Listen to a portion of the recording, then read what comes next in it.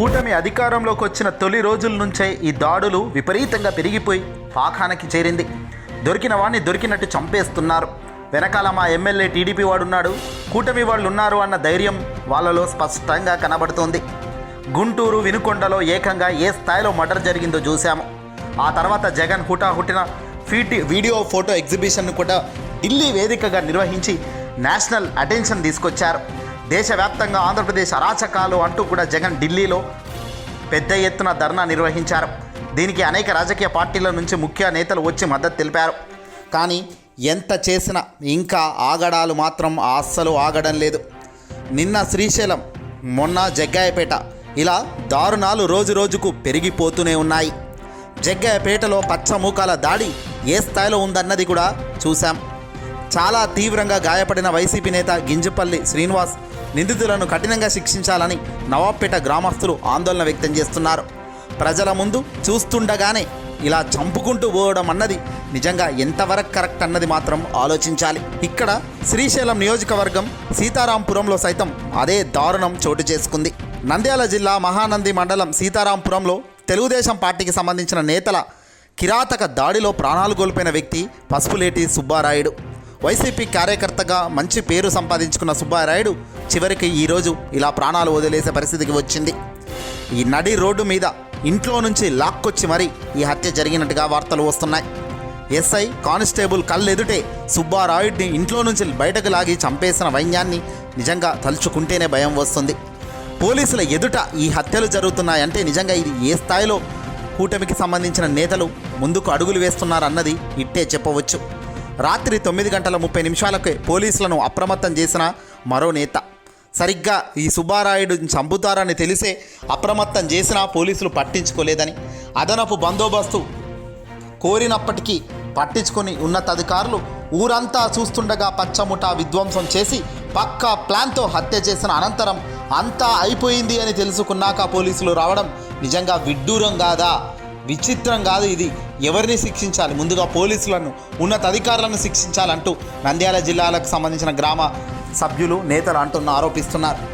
వీరు ఊరు దాటేంత వరకు గ్రామాల్లోకి రాని అదనపు పోలీస్ బలగాలు చంపేందుకు ఎక్కువ మంది రావడంతో ఏమీ చేయలేకపోతున్నామని పోలీసుల నోట ఈ మాటలు వింటుంటే నిజంగా సిగ్గుతో తల దించుకోక తప్పని పరిస్థితి.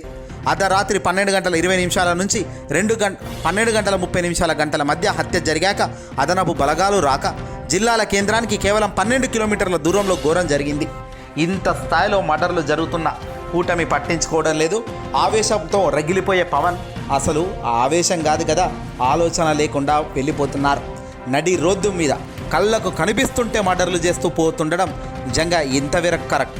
దీన్నే జగన్ చాలా సీరియస్గా ఆగ్రహం వ్యక్తం చేశారు. ట్విట్టర్ వేదికగా ట్వీట్ చేయడం జరిగింది. నంద్యాల జగ్గయ్యపేటలో జరిగిన ఘటనలు చాలా దారుణమని జగన్ చాలా తీవ్రంగా స్పందించారు. ఆంధ్రప్రదేశ్లో ప్రజాస్వామ్య ప్రభుత్వ స్థానంలో ముఠాల పాలన కనబడుతుందని, ఈ 2 నెలల కాలంలో ఆంధ్రప్రదేశ్ అంటేనే రాజకీయ హింసకు మారుపేరుగా మారిపోయిందని, పరిస్థితుల్లో ఏమాత్రం మార్పు రావడం లేదు, ప్రభుత్వంలో పెద్దల ప్రోత్సాహంతో జరిగే ఘటనలు, అధికారంలో తమ పార్టీ ఉందనే ధీమాతో చేస్తున్న దాడులు, రాజకీయ ప్రేరేపిత దృశ్యాలు రాష్ట్రంలో ప్రతిరోజు జరుగుతూనే ఉన్నాయి అంటూ జగన్మోహన్ రెడ్డి గారు చాలా సీరియస్ అయ్యారు. ఇన్నిసార్లు హెచ్చరించినా పట్టించుకోలేనందుకు ఇక చూద్దాం, యుద్ధం బాగా ఉంటుంది, పోరాటానికి మేము సిద్ధం అంటూ జగన్ సంచలన వ్యాఖ్యలు చేశారు. నంద్యాల జిల్లాలో నిన్న రాత్రి జరిగిన హత్య కానీ, ఎన్టీఆర్ జిల్లా జగ్గయ్యపేటలో జరిగిన దాడి కూడా వీటికి నిదర్శనాలు అన్నారు జగన్.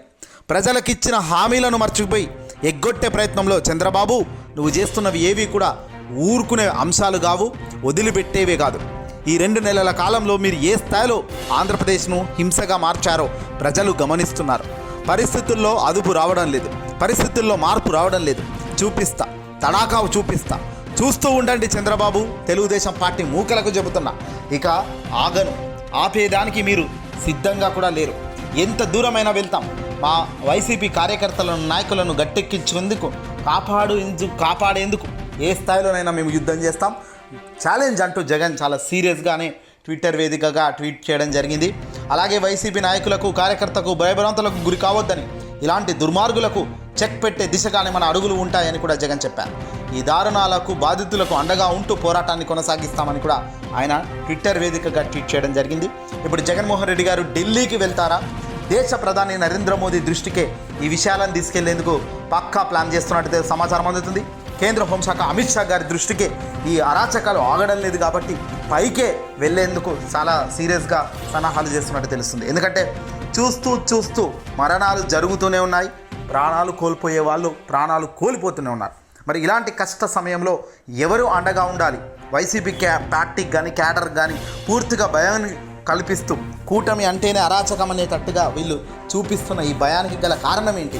కేవలం ఎన్నికల్లో గెలిచిన 2 నెలల్లోనే ఈ స్థాయిలో మీరు వరి తెగించి ముందుకు వస్తే మరి అదే కొనసాగింపుగా మేము ఏదైనా చేస్తే ఇప్పుడు ఏ రకంగా ఉంటుందంటూ కూడా వైసీపీ నాయకులు అంటున్నారు. ఏదేమైనప్పటికీ దాడులు కానీ ఘటనలు కానిపై దేశ ప్రధాని నరేంద్ర మోదీ దృష్టికి కేంద్ర హోంశాఖ మంత్రి అమిత్ షా దృష్టికి తీసుకెళ్లేందుకు జగన్ సిద్ధమవుతున్నారు. గతంలో జగన్ ఢిల్లీ ధర్నాకు వెళ్ళినప్పుడు కూడా కేంద్ర హోంశాఖ మంత్రి అమిత్ షా అపాయింట్మెంట్ అడిగినా, దేశ ప్రధాని నరేంద్ర మోదీ గారి అపాయింట్మెంట్ అడిగినా ఇవ్వలేదు. కానీ ఇటీవల విజయసాయిరెడ్డి గారు కేంద్ర హోంశాఖ మంత్రి అమిత్ షా గారితో నేరుగా భేటీ అయ్యారు. మోదీ గారిని కూడా విజయసాయిరెడ్డి గారు కలిశారు. అంటే అపాయింట్మెంట్ ఇచ్చేందుకు వాళ్ళు సైతం ఇప్పుడు సిద్ధంగా ఉన్నారు. ఇప్పుడు జగన్ మోదీని కలిసి సంచలనంగా ఫిర్యాదులు చేస్తే గనక కూటమికి ఊహించని బ్రేకులు పడతాయి. ఖచ్చితంగా వాళ్ళు పైనుంచి అయితే ఆపే ప్రయత్నం చేస్తారు. ఇలా మనుషులను చంపుకుంటూ పోయే సంస్కృతికి ఎవరు కూడా మద్దతుగా నిలిచే పరిస్థితి ఉండదు. మరి ఈ విషయం బహుశా పవన్ కళ్యాణ్ కానీ చంద్రబాబు కానీ ఎందుకు కనిపించడం లేదో, ఎందుకు వినిపించడం లేదో అర్థం కావడం లేదు. ఎంతసేపు వాళ్ళ రాజకీయాల కోసం ఏ స్థాయికైనా వెళ్తాము, ఏ స్థాయిలోనైనా మేము భయభ్రాంతులకు గురి చేస్తామంటే మాత్రం చూస్తూ ఊరుకునే పరిస్థితి ఉండదు అనేది మాత్రం మరోసారి జగన్ చాలా స్పష్టంగా ట్విట్టర్ వేదికగా తాను ఈ అరాచకాలకు పాల్పడుతున్న మూఠలకు ఆయన హెచ్చరించారు. ఇవే కొనసాగిస్తే దీనికి ఆచరణగా ఖచ్చితంగా రాబోయే రోజుల్లో మీరు పరీక్ష ఖచ్చితంగా చూస్తారని, ఏది కాలం ఎల్లప్పుడూ ఒకే మాదిరి ఉండదు అని చెప్తున్న జగన్ ఖచ్చితంగా మీకు దరిద్రపు సమయం వచ్చినప్పుడు మాత్రం మేము ఊహించని స్థాయిలో మీకు కూడా మీరు చూపించిన ఈ ప్రేమ అనురాగమే, మీరు చూపించిన ఈ హత్యలే, మీరు చూపించిన ఈ దారుణాలే మళ్ళీ తిరిగి మీకే వస్తాయి అనడంలో కూడా సందేహమే లేదు అని కూడా మొన్నే గట్టిగా చెప్పారు. అయినా ఎన్ని చెప్పినా ఏది చేసినా మా వెనకాల లీడర్లు ఉన్నారు, కూటమి అధికారంలో ఉంది, ఏదైనా చేస్తాము, ఎంత దాకైనా పోతాము అన్న చందంగానే కూటమి నేతలు ఇలా అరుస్తున్నారు. హైలైట్ ఏంటంటే దాడి జరుగుతుందని తెలిసి పోలీసులకు ఫోన్ చేస్తే పోలీసులు సమాచారం తీసుకోవడానికి కానీ, అక్కడ చంపుతున్నారా, అక్కడ మర్డర్లు జరుగుతుందన్నా కూడా పోలీసులు వచ్చి ఆపే ప్రయత్నం చేయకపోగా తిరిగి వాళ్ళే ఎవరైతే చనిపోయిన వ్యక్తుల మీద కేసులు పెట్టే ప్రయత్నం చేస్తున్నారు. అంటే ఇదంతా ఏ స్థాయిలో లాబింగ్ జరుగుతుంది, ఏ స్థాయిలో ఇన్ఫర్మేషన్ పైనుంచి వస్తే ఇవన్నీ జరుగుతాయన్నది కూడా ఆలోచించాలి. ఇట్లా ముందుకు వెళ్తే ఈ ప్రజాస్వామ్య దేశంలో ఇలాంటి ఒక రాష్ట్రంలో ఇలా అరాచకాలు, ఏ బీహారో, ఏ మూల రాష్ట్రంలో, ఏ ఎడ్యుకేషన్ లేని రాష్ట్రంలో, ఏ అవినీతి లేని రాష్ట్రంలో ఇట్లా జరుగుతుందంటే ఏమో కావచ్చు. కానీ ఇలా అన్నీ ఉండి కూడా ఇలా ఈ మాదిరిగా బరితెగింపి ముందుకు అడుగులు వేయడం అనేది కరెక్ట్ కాదు. ఇలాంటి అడుగులు సమాజంలో పూర్తిగా చెడ్డ పేరు తెస్తాయి తప్ప మంచి పేరు తేవు.